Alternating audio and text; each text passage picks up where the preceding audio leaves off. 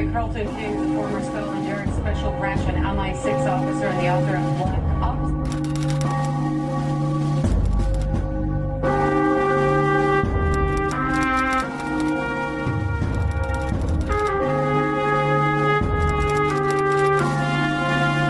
I was undercover for Special Branch in a jihadi organisation.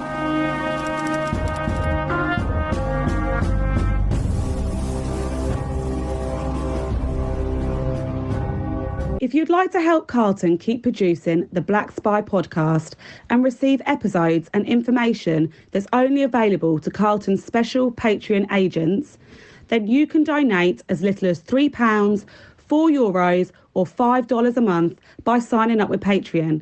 See the Black Spy podcast notes or Google Patreon Black Spy podcast and pledge your monthly amount. You can even win the opportunity to be a guest on the show. Thanks for listening. And don't forget to subscribe for free. My name is Carlton King, and welcome to the Black Spy podcast, the show that shines a light on the world of secret intelligence, national security, and armed governmental personal protection operations. But actually, in reality, now we tend to sort of concentrate on the geopolitics, the world that sits around all of us. Most of that world, or at least some of it, is secret. But, you know, other parts of the world are there for you to see if you can explore it. So that's what we try and do on the show. We try and explore the geopolitics of the world, be it in a miniature element or, you know, expanded to a maximum aspect thereof. But generally, we get the feel of individual guests on the show. And, you know, the guests are fantastic. People with a certain bent or do a certain thing in a certain way, which I'd like to explore and pass to you, the listeners. And today is no exception. In the United Kingdom, it's Black History Month. And what I wanted to do was to explore, you know, the whole vision of Black people in terms of how it's put out to the majority, to the masses of individuals. And the way that that's often done is via film, TV, even radio, etc. And when I look behind that, I realise that that is often down to people they call script writers. And I wanted to know how that actually functions. So I've got a guy on the show today. It's Shaun Wood. He's a script writer who happens to be Black. And in Black History Month, that's great. So I just want to ask Shaun how he got to that. Shaun, welcome. Thank you very much for coming on the show. Hi, thanks for having me.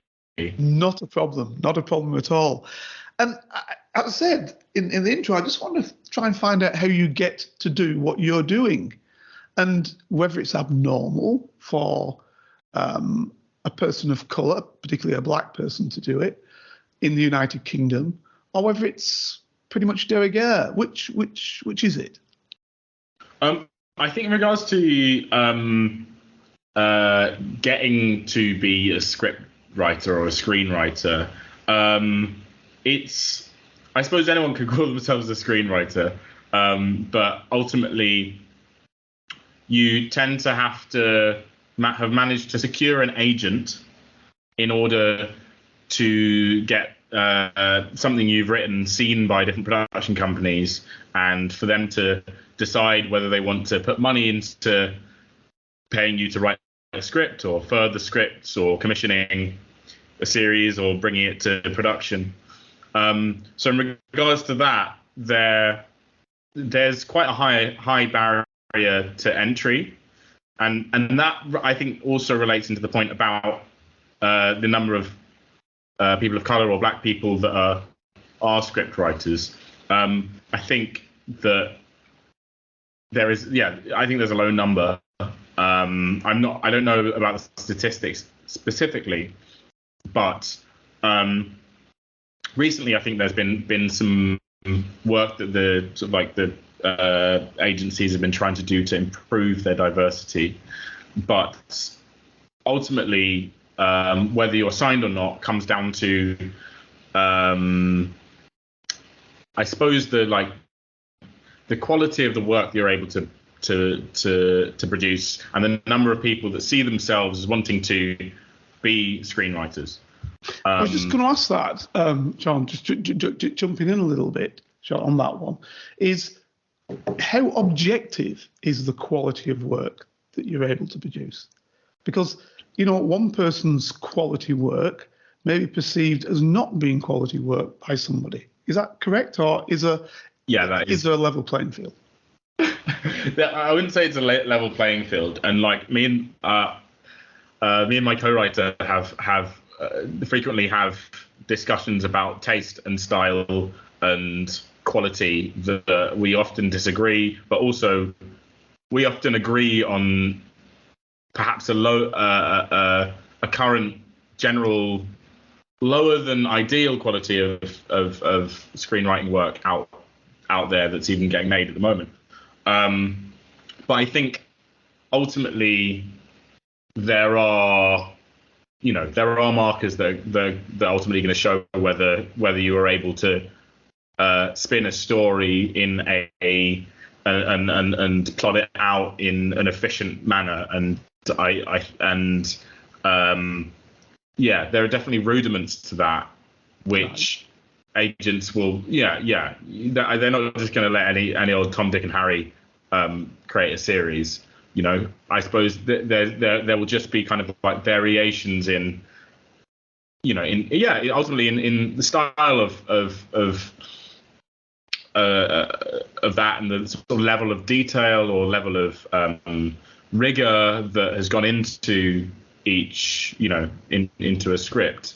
Like I sometimes find issue with some shows that are very exposition-y. So that kind of means when it's clear that the screenwriter needs you to understand, a piece of information, or needs you to know something about a character. For example, like a character's like, oh, you're always a great father. So instead of that would frustrate me as screenwriting style, because it's very on the nose and tells you exactly what the audience. It gives you the exact piece of information that you want the audience to know. Whereas you could, you could disguise that through an argument or through someone saying something that suggests that they think that. Yeah.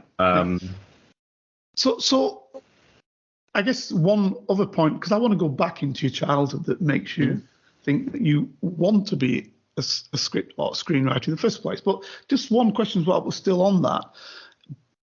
But let's say everything's equal. Is it then a matter of who you know, or has it always been a matter of who you know, or of what circles you run in, etc., etc.? Or have people been looking out for certain levels of talent? Because what I'm thinking of here is, I'll be absolutely open front for you. I'm thinking of class, and I'm thinking of race, and I'm thinking of circles. And I'm thinking that if you're in one circle, so let's say a middle class circle, where you maybe all went to the same school, let's say you went to Oxford School or to Russell Group or whatever, and then somebody else was not from that background, do they have it much more difficult, or had they had a much more difficult time to become a screenwriter than somebody who was at the Russell Group and knew the various people one needed to know and was able to get through? Because the media is full of people from a certain level, I noticed.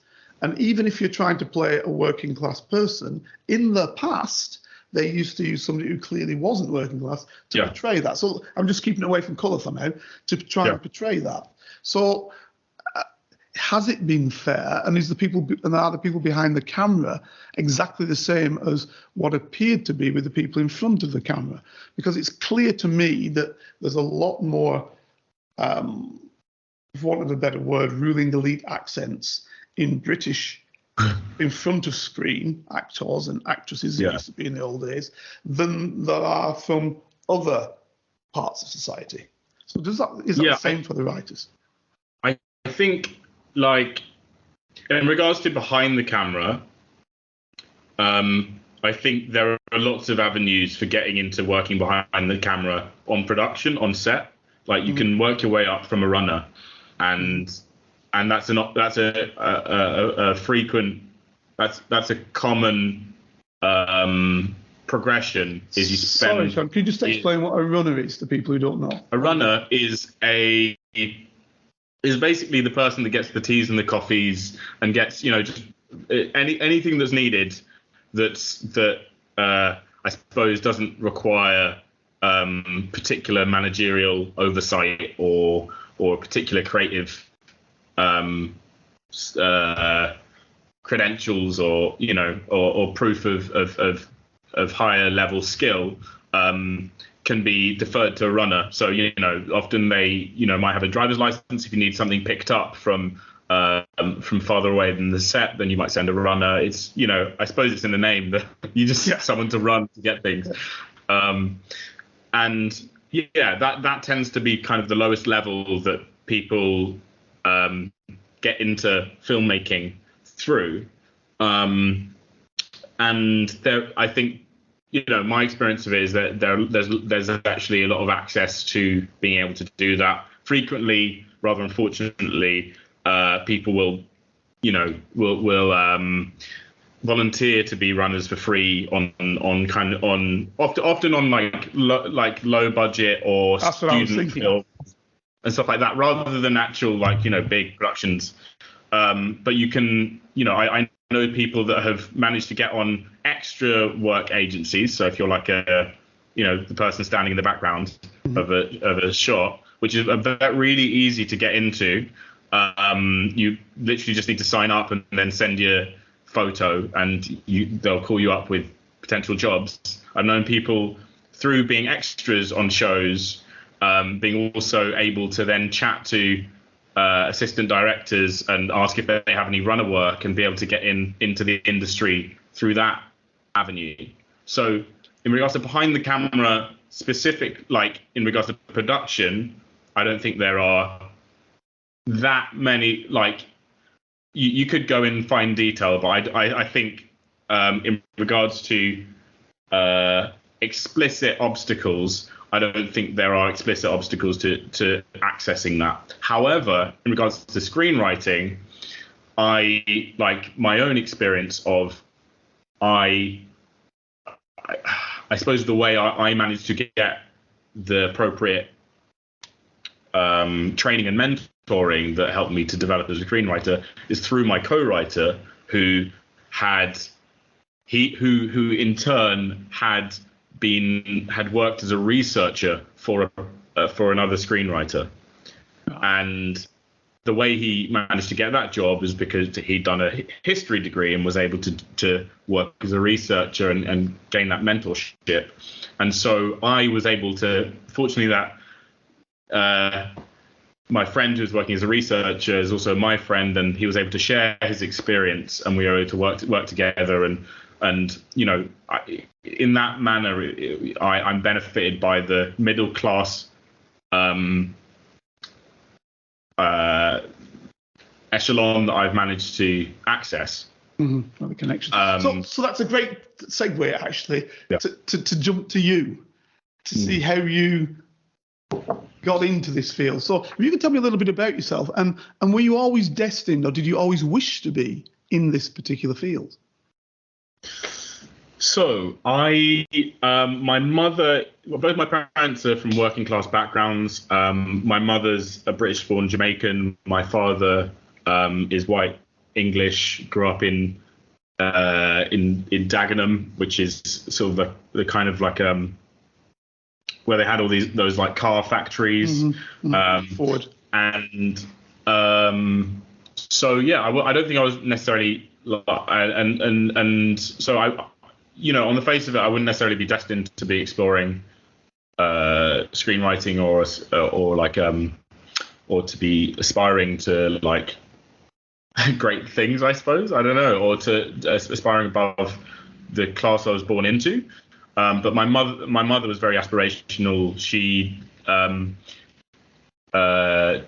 didn't get the opportunities to explore. Well, she explore musical training. She did work really hard to get into a dance college, but and then became a yoga teacher and stuff like that. So she already had that kind of like explorative perspective that I think some of her Jamaican family I didn't have, or didn't see themselves in those echelons, in those environments.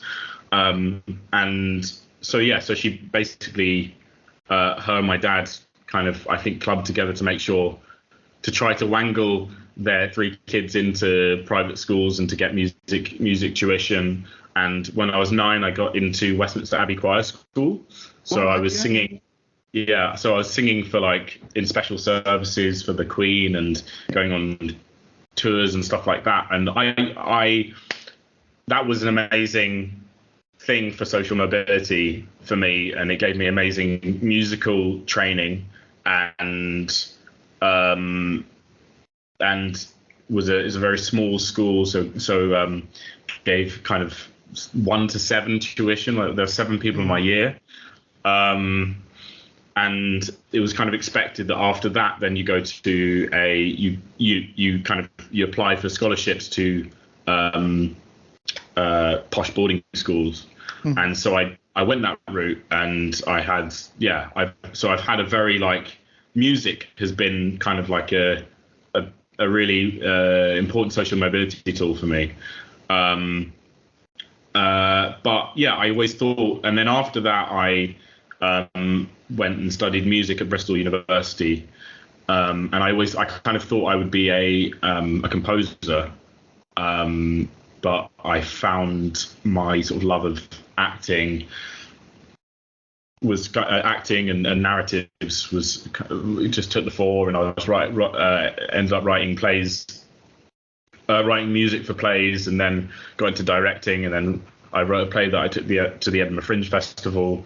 And then after that, after I graduated, I then spent time mucking together with friends to get into filmmaking.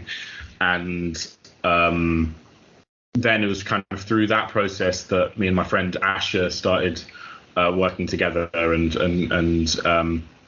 I suppose developed our screenwriting collaboration that has then led to, I suppose, being signed by agents and having some work in development.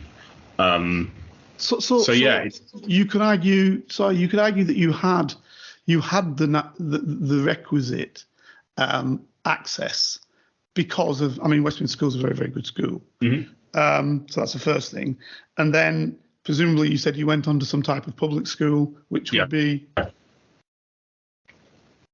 What public school? Yeah.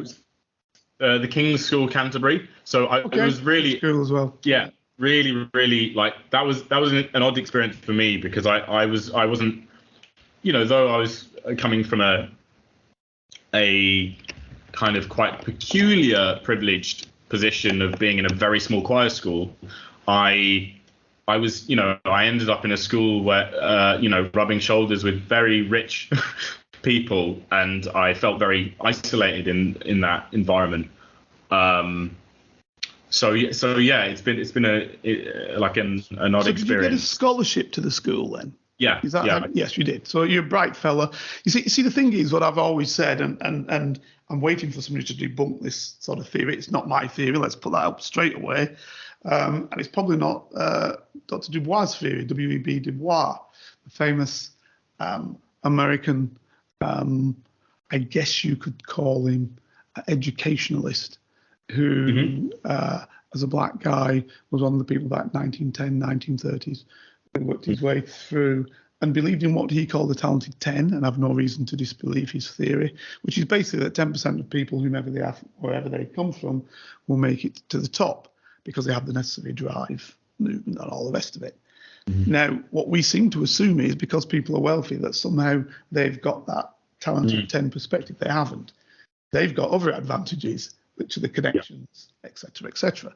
But what he's saying is, if you're one of the talented 10, it doesn't matter where you come from, you can make your way to the top. But the 90% need assistance, regardless of where they come from. And the problem is, obviously for the poorer people down the line, is that they very rarely get that opportunity. Whereas obviously the 90% of the wealthy people often get that opportunity. So for me, you clearly had what it took to be one of the talented 10 anyway, in the first instance. So you would have done well whatever you went into. I believe. That's just the way it is. I think that's just the way it is. It's the others that need the assistance for it to be a level playing field, and it oftentimes isn't. So yes, you're rubbing shoulders with the wealthy, but were they necessarily as capable as you? That's the big difference. Is why I brought that up. But it's interesting. I don't. Yeah, I wouldn't want to insult anyone in my class. No. And I'm not saying that either, but I'm just saying that, let us know that is the circumstance. But you seem to be going along the road for music all the way through. And then you found a love, as you put it, sort of behind the camera. But again, it seemed to be skewed towards acting and directorship. How is it that you end up writing? Well, I think for me, like, for me, writing is the opportunity to explore arguments and themes, and I think what writing does is more important to me. I think, like, all those the skills I've managed to explore and develop in acting, directing, writing music, I did sort of conducting and other things have all been woven into screenwriting, because ultimately you do have to think about all those things when you are writing when you're writing a play, let alone a screenplay. And I basically, I think it was when I had this idea for this play that I took to the Fringe, which was about toxic masculinity. It was about a young, a 16-year-old that was physically manifest as a clown, who tried to overcome his anxiety by becoming sort of hyper macho and masculine. Yeah. It's ultimately a tragedy, but I was really struck by the way that the fact that I was able to, over the course of months, work out and concept this story that made thematic sense, to convince people that it was worth doing, to direct it, to to oversee so many aspects of it, and to really doggedly push through on its production. That was just a watershed experience for me. That was like, oh my God, writing is something that I can do. I can make something that ultimately speaks to someone in a very specific way that they completely understand it. Because the thing about music is I find that often it's quite abstract, but which isn't to do it down. I think music is amazing. I love music so much. But for me, being able to say specific things and represent things that people can take away and understand is so important. It speaks to the whole purpose of, I think my whole thing. I really love helping people to understand the world. I think that's the kind of the core thing that I've found through the course of that process. So and you can do that better via writing than you can via music, is what you're basically saying. I feel because it's more explicit. Yeah. I feel that that's and you can incorporate music as well into it. Music is, you can use it, like the whole music, to set tone and to mean things, but when you add a narrative onto it, then you make that the abstract meaning explicit, or more explicit. I mean, there's nothing greater in toxic masculinity than gangster rap, example. And I'm being totally serious. I mean, and indeed, the way that much, and you can never generalise on everything, but much of the black community in the United States, particularly echelons that are poorer, have orientated themselves, and I can see that you can go through history, and if your perception of history is that one has always been sort of enslaved or put down or whatever, and made to, if you look at the most dastardly part of that process, don't even have control of your own body, of what you can do with it and when you can do it. That when you actually free yourself from that mantle, that all of a sudden you say, that will never happen to me again, and then become hyper masculine, But because of the way the system is, and because you're all put, blacks are all amongst blacks in one particular area, oftentimes area that's poor. And to be fair, you could argue it two ways. One, in the Harlem Renaissance, you could have argued that the reason why all blacks were together, but the reason why it didn't degenerate so much was because you had every aspect of the black movement, the intelligentsia and others, all in one space. So you had opportunity to flourish in different ways. When you take that intelligentsia, etc., out of that process, and you just have the poor in that, who all have to make it in a society where it's all about what you have is more important than how you get it, then hypermasculinity actually comes to the fore. And, you're going to say, nobody comes in my area, tells me what to do. And, you look at another person like you and you see an enemy who's trying to take what you've got, and it all feeds in on itself. So I can see how that would be an attractive thing that you want to tell and explain in however you do it. And in this, you chose a clown to do it. But I can see how that's interesting. I mean, my point is, I guess, is what is the freedom to tell that story in the way you wish to tell it? Or are there other commercialized aspects that say you can't really say it the way you want to? That would be my question about screenwriting, etc. Telling the story the way you want to tell it, or the way it really is. You may want to tell it in one way, but you may have to. Example. Let's look at the original Roots. Good program, very, very good, but it was light on the horrors of the trade. And if you look at 12 Days a Slave, example, again, not bad, but again, light on many of the dastardly aspects of the trade. So, and I guess that's for commercial reasons. Yes, I suppose. I think, there are. I suppose there are all kinds of things that you have to weigh up. Yeah, because ultimately, it's show business. It is a business, and you have to ensure that you are finding the delicate balance between challenging the audience and including the audience. I imagine that's what executive producers are probably thinking about, and probably, if they were to tone down some of the more dastardly and degrading aspects of the trade, then I imagine they were probably thinking in those terms. But I think also in regards to like this question of depicting how things really are, when you are writing a screenplay, I think it's important to bear in to really zero down on the key theme, or the key, obviously there are those people that don't do that, but I think if there are lots of examples of really great writing, great shows, great series, films that have really honed down on the theme. So that could be, for example, toxic masculinity, or it could be I suppose one of the themes of 12 Years a Slave is that despite the degradation, there's this courageous man that's able to rise above it.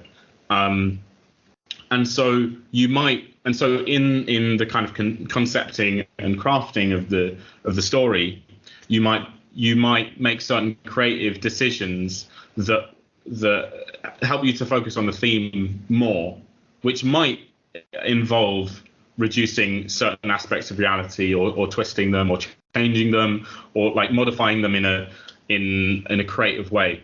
And that's not which in fact might also involve amping up certain aspects of, for example, racism, or I think it's in a recent because a lot of the work that I've been doing is writing about black people from history, or often kind of near history, and the particular character that you're focusing on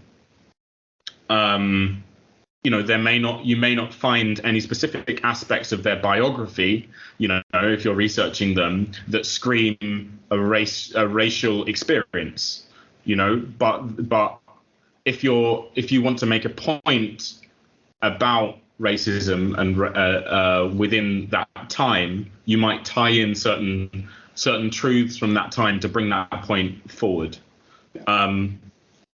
So I think it's a complex question that I think it does rest in what you want to say from the piece. Like, maybe the sort of original roots it clearly didn't want to say too much about the slave trade. It clearly wanted to say, isn't this a inspiring guy that can escape all these situations, rather than like, wasn't the slave trade bad? And look, everything sits within its era, and don't get me wrong, yeah. I think it did quite a good job. We would lie, or we'd be untruthful if we didn't say there was quite a good job done within that series. But when you keep skipping over some of the truths, then what happens is it becomes an actual record of something as a truth itself. So, and that can be positive or negative, So, top of my head. So let's take racism of, say, that era, when you don't mention that the reason for the lessening of the trade of people moving into Africa in the triangular trade in terms of slave ships, and then in the end the stopping of the trade in terms of slave ships, is not necessarily solely because that's thought to be a bad idea, but more because it's probably easier to breed enslaved people, who then don't have a whiff of freedom with them and are not fighting the people who are enslaving you all the time, because they are brought up from point one to be enslaved. And the dastardly element that comes with that is the breeding of slaves like cattle. And that, and I think one thing it did get over in a little bit in the original Roots was that the wife of one of the individuals didn't like the fact that the slave owner was going down meeting some of the slaves, and having his way with the slave women, and probably fell for one of them. Wouldn't stand to her, but fell for one of them, and had children with them. So she disliked that and felt as though actually all of the feelings were going towards the enslaved people rather than towards her. So you had that dichotomy in the South, and that was a well-known fact. But so it came out in a kind of a way, but it didn't show it also from the woman's way, where they also took enslaved individuals, men, and had them as kind of lovers. The difference being is when they got caught, they probably said, "Oh, he raped me," or he looked at me the wrong way, and then the fellow ended up losing his life, or whatever it might be. Yeah. So, it didn't go into that, and I guess it doesn't go into that because the audience, predominantly that they want to sell it to, may not want to know that story. I think the point about favouring a sort of male-focused story over a female-focused story, I think speaks to the times now, when there's more of an onus on thinking about representation, thinking about diversity, thinking about showing stories from different people's perspectives, but for different people, that aren't just the white male majority or the white male sort of like gaze. But again, in itself, you see, let me just challenge you on that in itself. That in itself is skewed, isn't it? Because from my reading of the slave trade, white females were no better than white males in terms of that trade. And also, oftentimes, particularly after the trade had ended. We're talking about in the United States now, because the United States is a different type of slavery, even than in the British colonies, which was more like the United States than it was probably like the French or like the Portuguese or like the Spanish systems.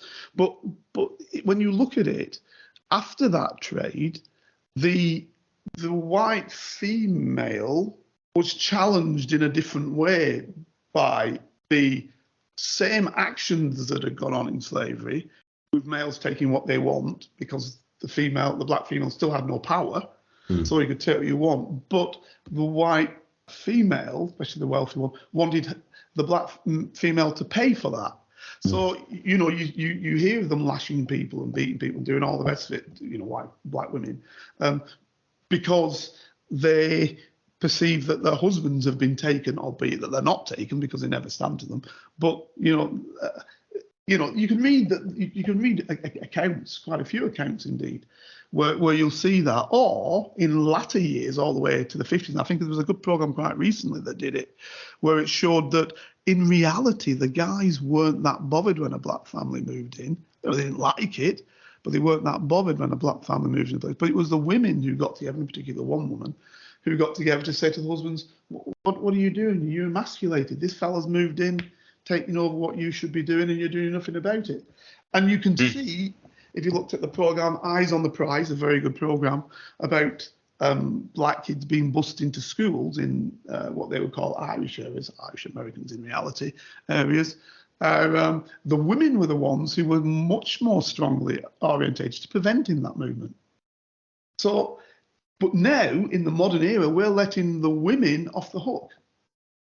I suppose that in regards to the thematics of that, I suppose one, it depends who's writing it. Two, I imagine, like, if I were to write, writing historic shows related that have racial and racist themes, you might have a bias towards assuming the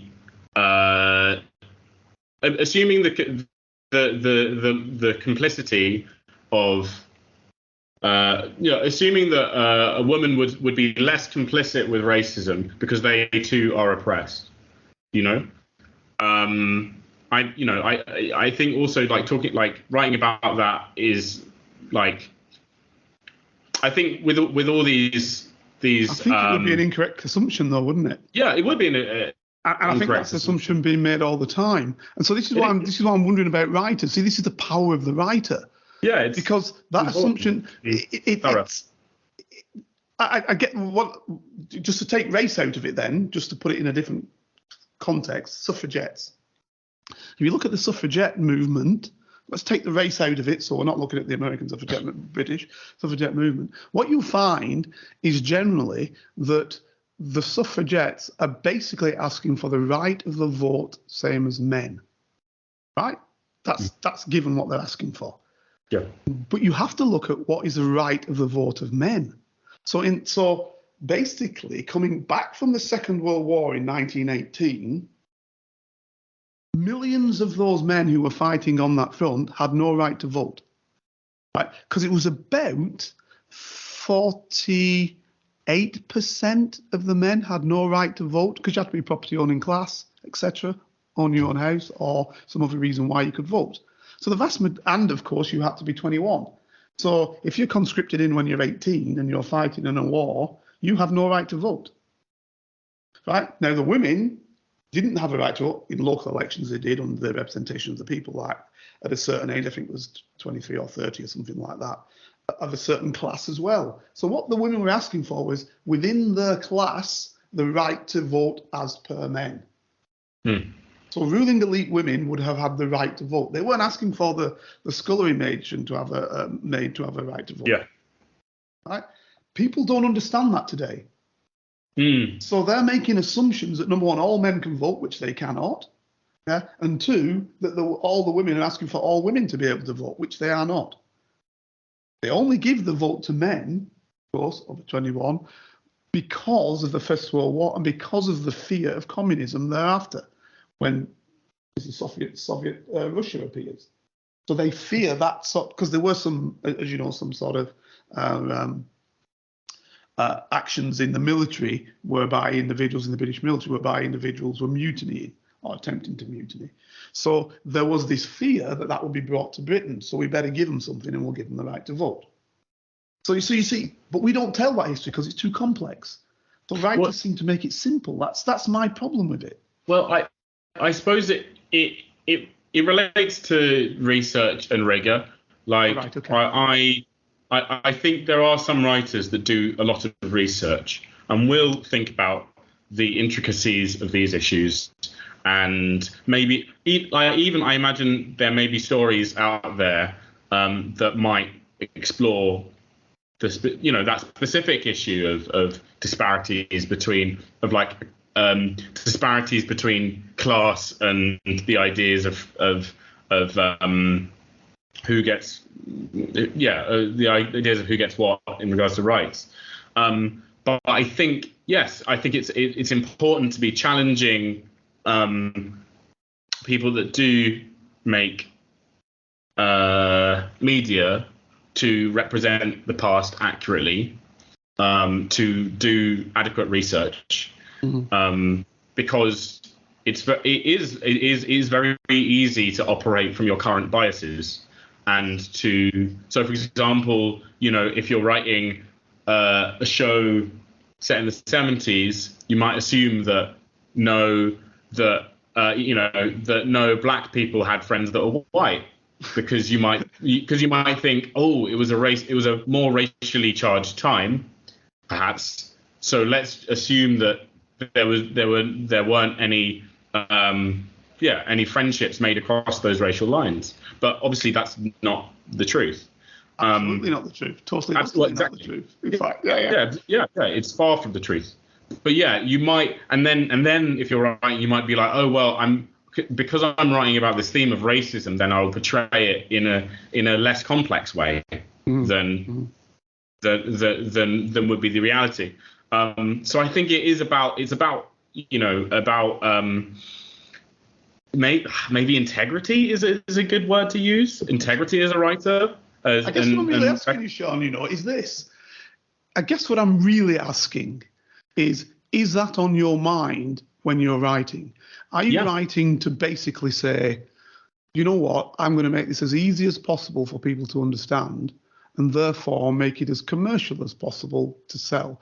So if I look at the police stories now, example, that come out, I think if you must have seen The Sweeney, not the movie, but the actual series with, what is he called? I'm trying to remember the actors' real names. Dennis, what are their real names? Well, Regan and what do you call it? Way back in 1970s series. You must have seen it. The Sweeney. No, I can't say I have. I'll have to add that to the list. Great series. Add that to the list. Well, The Sweeney basically portrays policing from the flying squad in Scotland Yard from the 1970s. I think it might have even started 69, but anyway, it's 70s. Had about 4 seasons, because apparently they didn't do a lot of long seasons in those days. But anyway, great, fantastic, brilliantly done. And probably extremely accurate upon how policing was carried out in those days.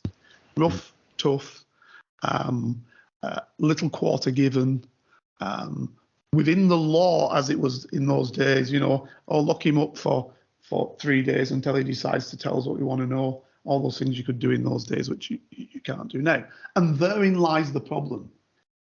Because now they're portraying the Sweeney and the people policing exactly now in the 2020s, even 2010s, because there was a movie called The Sweeney, which was a take from that old movie but set in the modern era. And they were doing things that today you couldn't dream of doing. In fact, the moment you did it, you'd be out of a job and standing in front of the Old Bailey. So, but the writers are still writing it like it was 1970s. and to me, that's just crazy, because it's just not like that. First and foremost, I guess the challenge is, I'm guessing, and I'm asking you the questions as I'm saying it. In the United States, you can get away with a hell of a lot as a police officer, and I've worked all over the world, and I've worked there as well, as a police officer, because they basically say to the what they'd call the middle class and upper classes, they basically say, we are the people that stand between you and anarchy.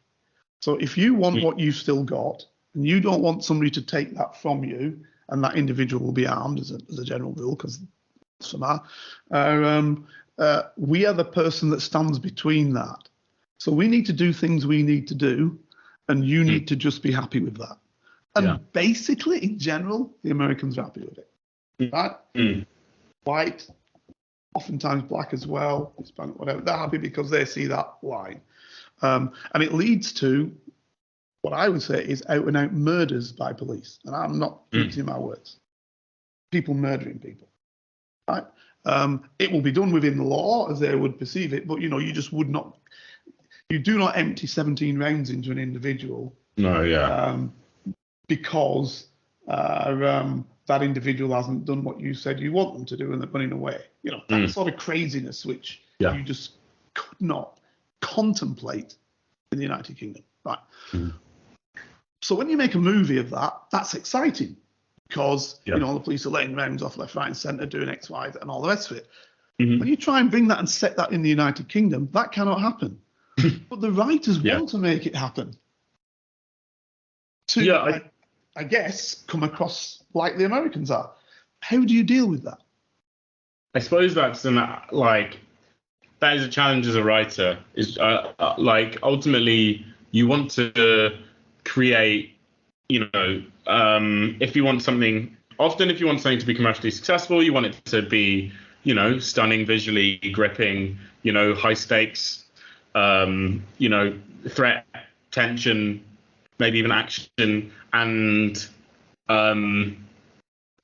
sometimes you've got to find a way to, if you want to be true within reason to, for example, if we're talking about police, to police procedure or how they might deal with certain scenarios, then I think you probably have to work a little bit harder in creating the sense of tension, or creating the sense of high stakes in other ways. I think I've seen. Have you seen Manhunt? That's a detective. I think Martin Clunes stars in it. I think that's based. Oh right, yes. It's based on. I know it's based on a DCI in the Met. Yeah, a DCI in the Met. Yeah. That was pretty good. It seems relatively pretty accurate in regards to how they would go about their business, and it still manages to maintain a high level of sort of tension and threat and dread and all those things that you want from a police show, or a show in which you're trying to in which the ultimate mission of your protagonist is to catch the killer. And so I think it is possible, but ultimately there are a lot of writers that maybe don't see themselves as having enough time to do the proper research. Maybe they don't see that as necessary to do detailed research. Ultimately, it is a lot of work to if you're trying to write a lot of different pitches for different types of project that are in a whole range of different scenarios and worlds. You may not be an expert on everything, and so you might cut corners in order to try to make it work. But I think something that's that I also personally really enjoy in writing is the research, and is checking any creative decisions you've made against the reality of that profession or that scenario. I think it gives amazing texture to what you're writing. But there's this really successful show, Money Heist, that I think it's Spanish. I've not seen that, the Spanish one. I haven't seen it. It's really unrealistic in a lot of ways, but but that, because of the large scale, it kind of, it's written as if that doesn't matter. So I think there is in some ways, like, maybe sometimes it's okay to write something that is kind of escapist and is completely mad and allows you to kind of, when you're watching it, you're exploring a fantasy, yes, rather than an actual, like, this is how you would track a killer, or this is how you would deal with with sieging the heist of a bank, to ensure that as few people got hurt as possible. There are, it makes it a completely different show. Maybe it makes it a bit more thinky rather than more actiony, and that. Do you think and that those they have the latitude to do that? Do you think that they've been told? I guess what I'm getting at is, at the beginning of the show, or the beginning of when the show's been requisitioned or whatever, do you think they say, you screenwriter, you are allowed to write this with a great degree of accuracy? Or do they say, forget the accuracy on this one, we just want you to go all out for action? Are there those sort of broad strokes, or is that never the case? I think it really depends on the production company, because as a writer, you'll probably come up, like, if you've got enough examples of your work, that scripts that you've written, then you might be able to just pitch ideas to different production companies, which would probably be like a one-page document, and you'll send that through your agent, and then the same project, let's say you're pitching the idea of, let's go back to detective drama, let's say, and one production company might be really into being really accurate and research driven, and trying to make it feel sort of real but gritty, or whatever, but another production company might be all for the spectacle and all of the all the pizzazz, and it doesn't matter, it's all about the kind of vibe and the style and how stylized it is. And I think it really depends on this, what kind of work the production company wants to make. Also, what kind of, if they're attaching a director, what kind of work the director wants to make. I imagine that, like, it's. I think there's so many. Like, ultimately, if you are trying to build a career as a screenwriter, you will have to think about not always doing completely entirely accurate biopics or whatever. Like, you might need to consider delving into genre more, but I think but it's ultimately a balance, and it depends. I think if the story's good enough and it's written in a way that keeps you gripped, let's say, whatever that means, then and the time's right for that story, because you've also got to bear in mind, there are, I suppose, fashions for certain stories being in and out. Then it could get made. I don't think it's just about, like, it has to have all the guns and the shoot 'em up and the explosions, or it has to be hyper detailed and very, like, character driven. It really depends on a lot of different factors. I think that's why, like, one of the, actually, I think this comes back to the kind of, I suppose, actually, to the class and the class point. That's why, as a screenwriter, it's actually very hard to become a screenwriter, because you have to generate so much content before you get access to opportunities and before your career can progress. So can I ask you then, what two things that I guess come from that? One is, where does the power lie in terms of, let's say you have been hired, Where does the power lie in terms of you writing your story? Does it sit with you as the screenwriter, or does it sit with, say, this is now showing me my ignorance, the director or even the producer, who say, well, this is the money I've put in and I want that to look like that because that's what I can sell as a producer. Or the director says, this is how I film my stuff.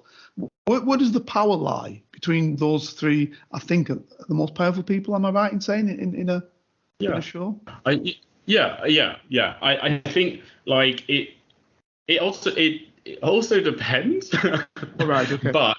But like, for example, if you've written, but I think there is, if a production company have shown interest in your project, then they will, then there is a certain amount of power that you have. You can because you are the one that have spent the time developing that idea and doing all the research and, really noodling around, working out, the intricacies, the characters and the plot and everything.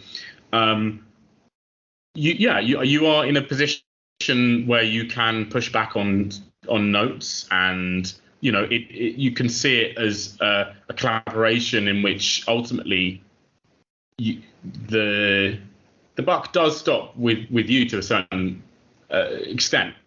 Sure, there's risk that if you push back loads, then the production company might be like, actually, we really firmly feel like it's got to. We want it to go in that way. Likewise, the director might, really firmly. But I think it's always. I think,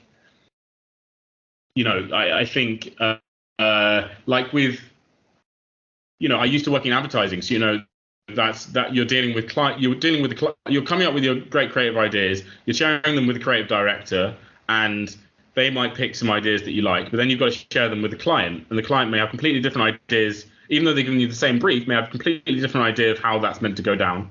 But ultimately they will give feedback, and then you'll work on that. So you'll take it to your creative director, who will pick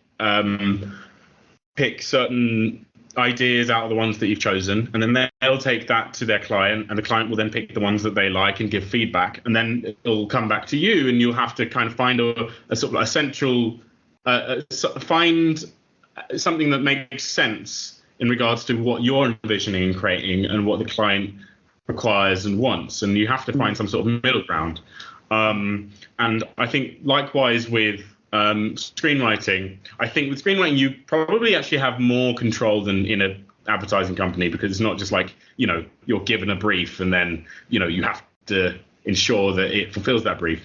With screenwriting, you've literally come up with this idea and this whole carefully woven project and brought it to, the producers, and ultimately you're also within your rights to have a conversation in which you're like, okay, this collaboration isn't working, perhaps we should part ways. I think obviously it depends on where you are contractually.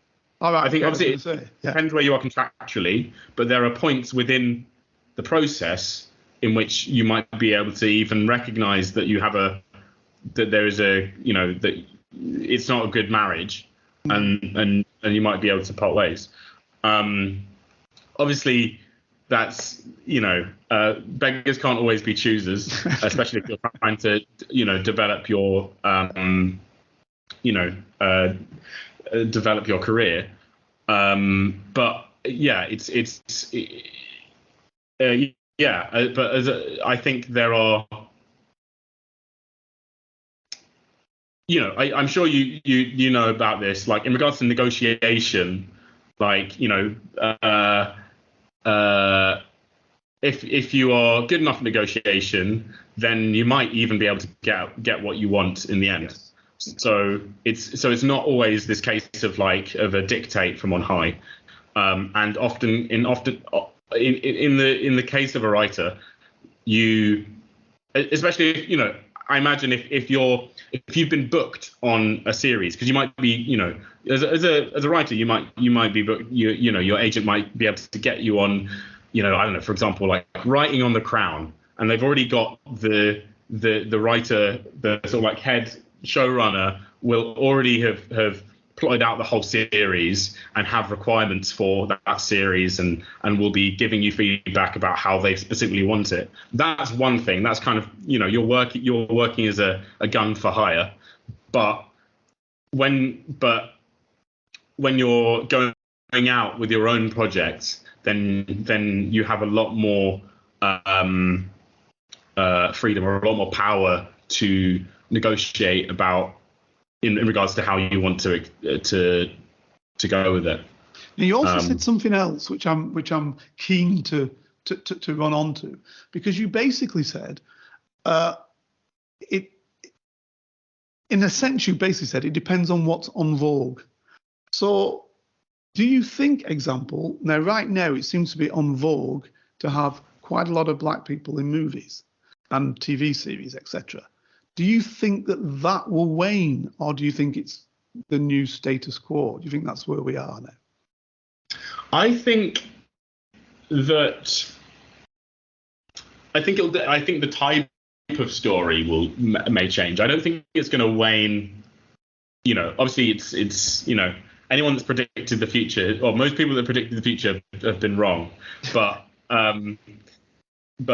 I don't really have a sense that it's going to, like, the representation on TV and film is going to wane. I think it actually, if you think about it as a business, now, like, there's been about 100 years of prioritizing white people on screen.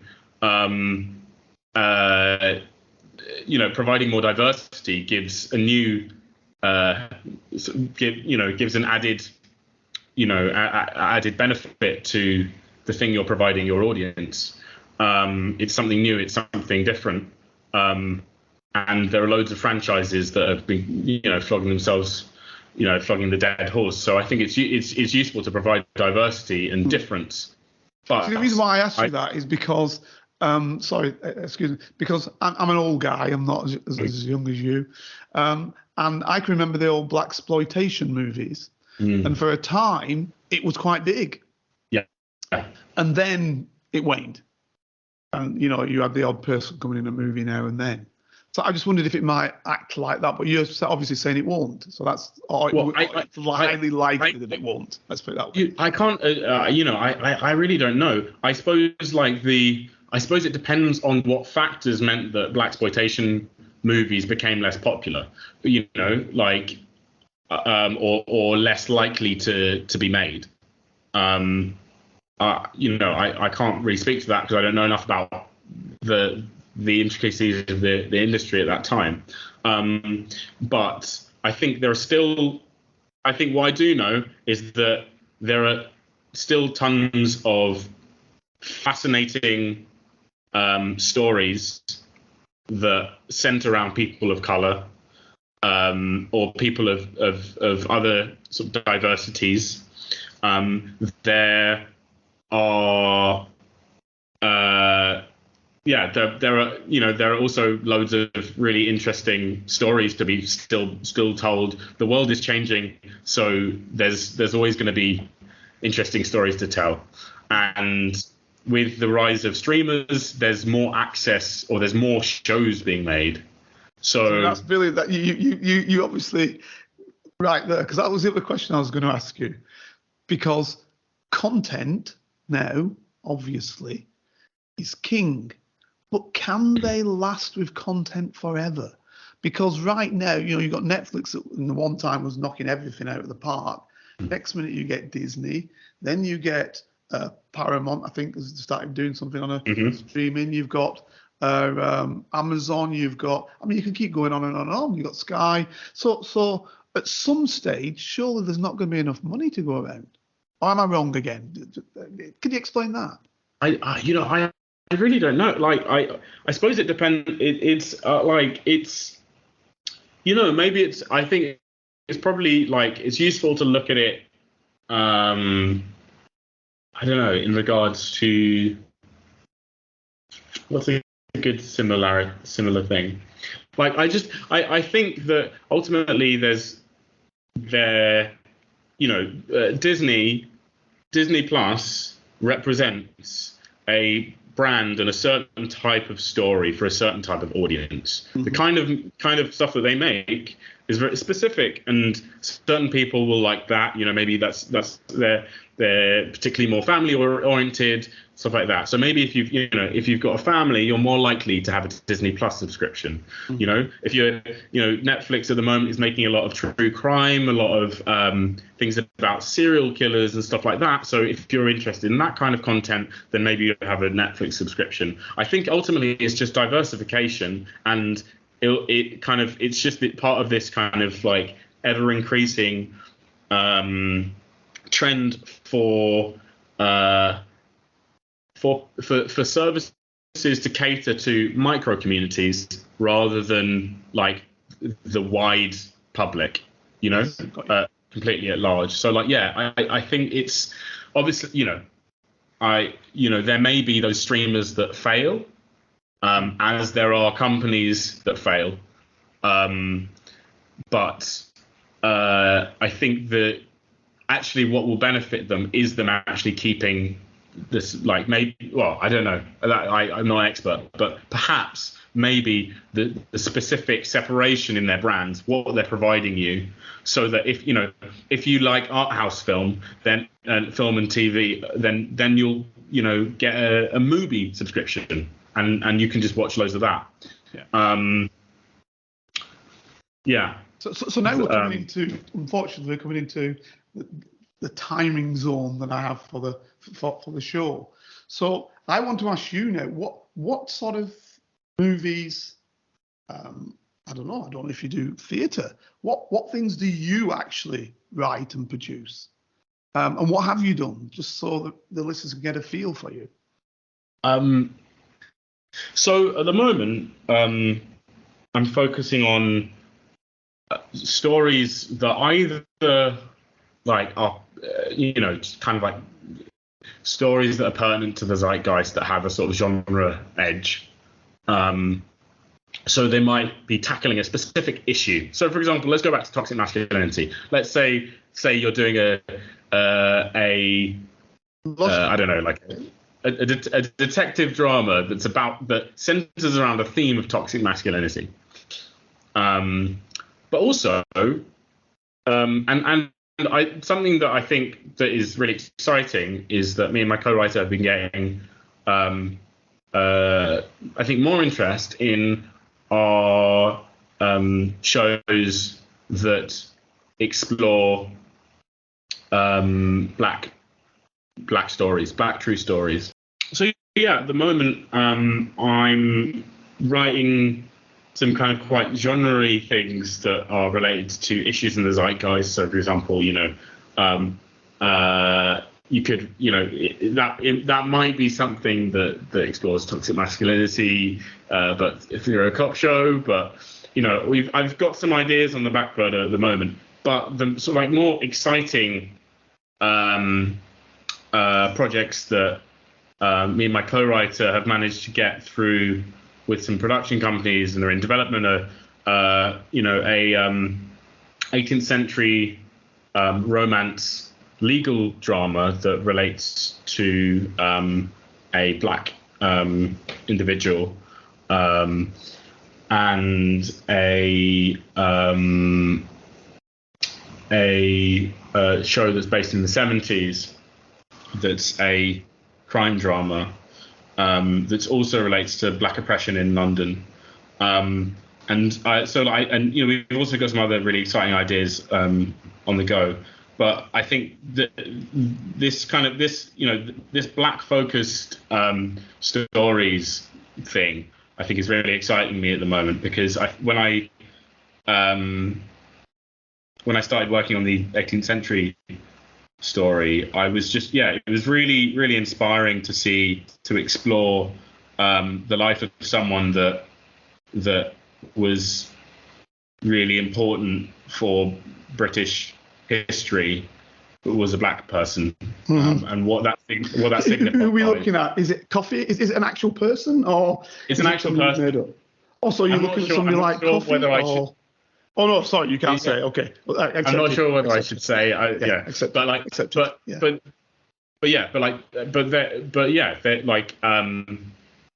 I think I think there are so many really interesting stories about black people from black British people, or people. I think there's also something important in creating stories that resonate with British audiences. Yes. I'm a British person. I want to write for British audiences. Yeah. So black people in Britain, or stories that relate to Britain in a Absolutely. personal way. I'm I think are really 100% for you, because that's what I was just saying on last week's show about basically back history in the United Kingdom. I don't think we historically look enough at such figures. And I was just thinking of William Coffey, who was a Chartist, a guy of that era, 17 odd. And there's Ulado Equiano. I mean, you can go. There's loads of people. There's loads of people. So there's loads of people, which is amazing, because they're like, and I think also it's an unfortunate testament to the whitewashing of the history curriculum. That we don't know about some of these really important people. They're not. It's not just like a matter of like, oh, sure, there were black people that were relevant to history, but like they weren't that relevant, so they didn't stand the test of time. It's like they were super relevant. Yeah, they were really important, and the fact that that you haven't been taught that in the school is a big disservice. And so like hopefully some of these shows, if they do come to production, can work to really inspire people and encourage them to get into exploring a kind of a more complete British history, rather than And to be fair, it's not just Britain, is it? It's quite interesting, because there was there still is a movement that they call themselves the Pushkins, these guys in Russia, and a right-wing body of individuals who basically about 10 years ago now would travel the trains and buses and that in and around Moscow, and beat up, as a general rule, ex-Soviet individuals who still live in Russia, what is now Russia, obviously one time Soviet Union, who were from Soviet Central Asia, etc. And the whole point was, why they call them the Pushkins, the father of Russian literature, is that basically Russia is ours. You get back to the Caucasus or wherever you're from. And the irony of that is that Alexander Pushkin was a mixed race man. His father was General Pushkin, who was a black guy, who had been given, in fact, Catherine the Great. And she loved the guy so much. He was meant to be enslaved, and apparently she was given by, the story goes, he was given by the ambassador in Turkey, obviously, in the old days, the Ottoman Empire, given to the Russian ambassador in Turkey, and he then showed this fella to Catherine the Great. She thought, I love this guy, brilliant, because he could speak languages very quickly, he was bright, and basically made him part of the royal family. And in the end, he ends up the general in charge of the Russian armies, and he marries a very powerful woman from a very powerful family, and it's his son, Alexander Pushkin, who writes Russian literature. Now, the beauty of that is that then, a couple of 200 years later, you get these people running around saying Russia's only for Russians, which it is, but Russians who happen to be white Russians rather than Russians of any other colour, and there are many. So this is how history doesn't play in. And in France, you can see the same with the great Alexandre Dumas and his dad, who happened to be, with General Dumas, and his dad was a chevalier, a knight, and these people like that, I just think are fantastic. You look back in that era, and this is before the revolution even, so it's not even down to the revolution. Saint-Georges, example, the greatest violinist of his time, the greatest swordsman of his time, the greatest rider of his time, black guy in France, in Paris. These are great guys who are doing things. Yeah. And we're never told about it. And for me, I was going to ask you this question. This is why I mentioned those guys, those writers. It would have made a hell of a lot of difference if I knew they were writers of some of the most famous books in the world. If I knew they were black guys, it would have made a massive difference to me. Yeah. Personally, I actually, for me, representation I haven't felt that's made me less inspired to write or inspired to make, I literally did a classical music degree. I haven't felt hindered and isolated in my race, or I haven't felt like I can't do something because of my race. But I do definitely know people that have. And whether I personally haven't felt that doesn't mean that representation isn't important and doesn't work, and it does. Do you think because in your genre it was an accepted thing? I mean, you've got Coleridge, haven't you? Who was a great... Yeah, but I didn't really... You did not know that? Oh, right, okay. I didn't really know about him when I first, was getting into music. Only when I started sometime into my degree did I find about Coleridge. Right. Sure, there were and my only singing, singing black icons were, this guy called Roderick Williams. You've also got Jesse Norman, but you haven't got loads of people within the classical, canon that you can draw on to inspire you. But I think maybe part of me was kind of just I just felt I was like, my race isn't relevant to whether I can or can't do this thing. But also I recognize that comes from a position of privilege. I didn't experience the kind of horrible racism that my mother experienced, and my mother's mother before that. I've been born into a certain level of acceptance, and I've been, I was encouraged by my mother to be aspirational and to that, and maybe that in that some way that protected me from. Can I ask what your age is then? Your age and your era. 27. So 27. So you're a youngster.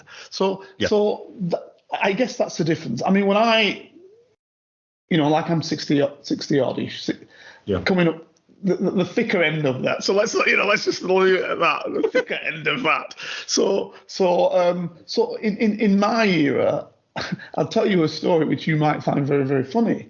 We used to sit around on a Saturday night to watch the television, and there used to be a thing called Ironside that was on. This is in the 60s, and basically the star in it is a fellow by the name of Raymond Burr, and he was meant to be originally a detective who got shot and then became a district attorney. And so we'd sit around to watch this program. I mean, obviously he's a white guy because everybody on TV was white, and we'd sit around to watch this program because there was a black guy there on it who used to push him around in a wheelchair. And this black guy was, lo and behold, the next thief, whatever, in the show. And he'd been kind of turned to be a good guy by the district attorney, by Ironside. And it was great just to see him. So the whole family would sit around to see this one guy pushing this fella, and we'd think, oh, fantastic, because that was so much lack of representation that you would see. And of course, in my area, we were the only black people anyway. Now, don't get me wrong, we had people who were white who we called our grandparents. And their children were uncles and aunties and cousins and blah, blah, blah, whatever. That's how we call them. And so we had the positives of that side. And obviously at the same time, you've got the Rivers of Blood speech and the National Front running around and all that sort of business as you went later on. So and this is before any type of anti-racism was even invented. So people said what they wanted to say when they wanted to say it.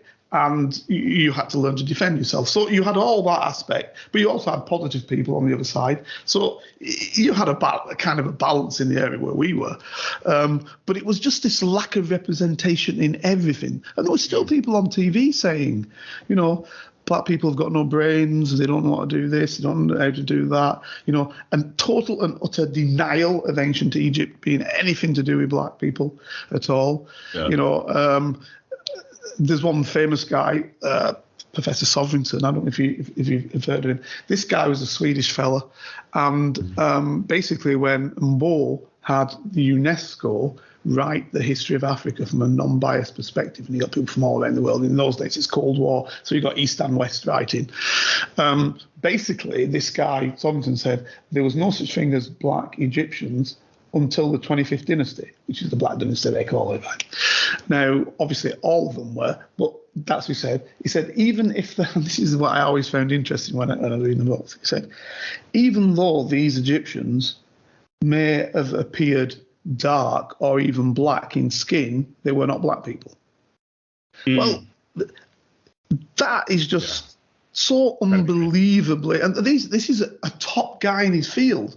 So he so much wanted the Egyptians to be part of, for want of a better word, white history, that he'll make a stupid statement like that, even though they may be black. They're not black people. How does that work? Well, it's crazy. But that's the era we're brought up in, you see. We're brought up in that era when, the school books were still were saying exactly that, what this guy's saying. The school books were saying that.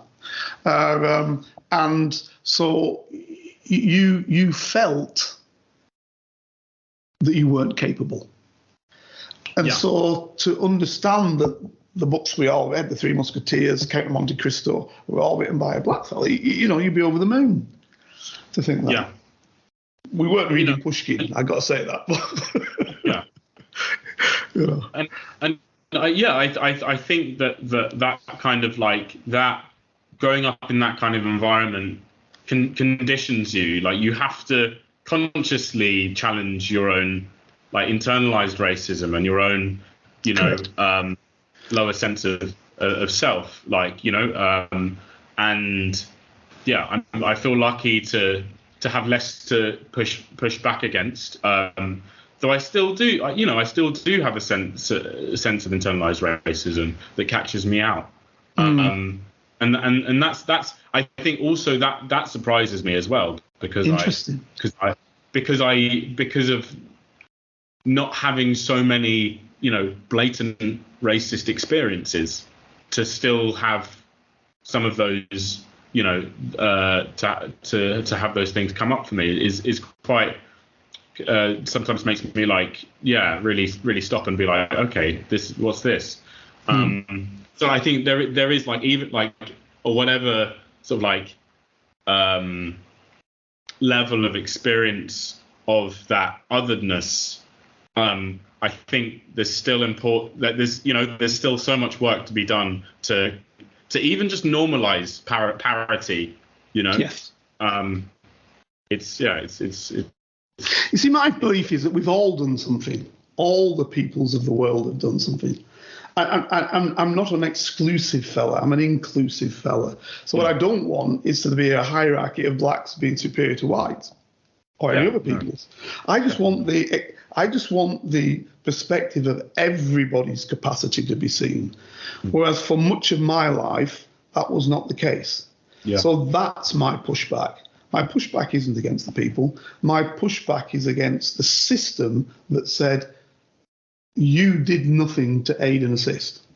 When I know, because I went out to find it and started doing a degree in it, to see what had people of colour done. Where were we? That's why I speak about Emperor Septimus Severus, the Emperor of Rome, who sat in Britain, at a time when there were hardly any people in Britain, 3 million Brits, I guess, about. And you've got, an army of people of 50,000. So that's a big difference, that makes a big difference in that society. And many are of the ruling elite. Obviously, one's the Emperor of Rome. So that presence of these people of colour has to make a difference. Even if there wasn't people here before, which there were, by the way, but even if they say there wasn't, and the Roman presence was new, that presence makes a difference. And that DNA sits in people in our country. So what I have always disliked is people to come from other lands now and then suggest that we cannot be of this land just because of the colour of your skin. Because you can be of this land, and you are of this land, and historically, more than 2,000 years ago, you're of this land. So that's the point that I make, and I think that's an interesting point for us to leave on. And I'm very happy that you're bringing out some of these historical figures, hopefully, to make people aware of that, not to, stuff this down people's throats so they can't do anything they don't want to do. No, but let them understand that it's not the Windrush in 1948. It's, a long presence, as long as the land. Yeah, people have and I think even to add to that is like exactly. Black people have been here, in all their glory and all their flaws as well. Correct. And I think it's important that to be exploring complex characters. Correct. Inspiring or shocking. Absolutely, both ways. Absolutely, not all one way. It's not all it's not all sunshine. There are negative guys and gals of all colours and all descriptions, and that story needs to be told in all ways. There just seems to have in the past been an over emphasis on the negative people, or potentially even worse, the incapable people. Yeah. As though you always needed a hand up, and that's not necessarily again true.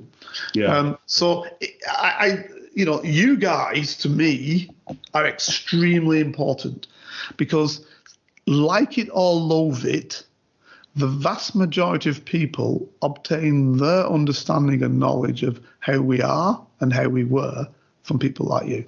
Mm-hmm. True. And I think that's a great point to leave it on. Excellent. John, thank you very much for your time. Thank you, Carlton. And ladies and gentlemen, hopefully we will speak to you again next week. If you'd like to help Carlton keep producing the Black Spy podcast and receive episodes and information that's only available to Carlton's special Patreon agents, then you can donate as little as £3, €4 or $5 a month by signing up with Patreon. See the Black Spy podcast notes or Google Patreon Black Spy podcast and pledge your monthly amount. You can even win the opportunity to be a guest on the show. Thanks for listening, and don't forget to subscribe for free. Here is a working class spy telling his stories, the secrets, the lives of spies. Feel free to message Carlton King on all socials and give this show 5 stars on Apple iTunes and subscribe so you never miss a single episode. For your ears only. For more than a quarter of a century, I was a member of Her Majesty's Secret Intelligence Service.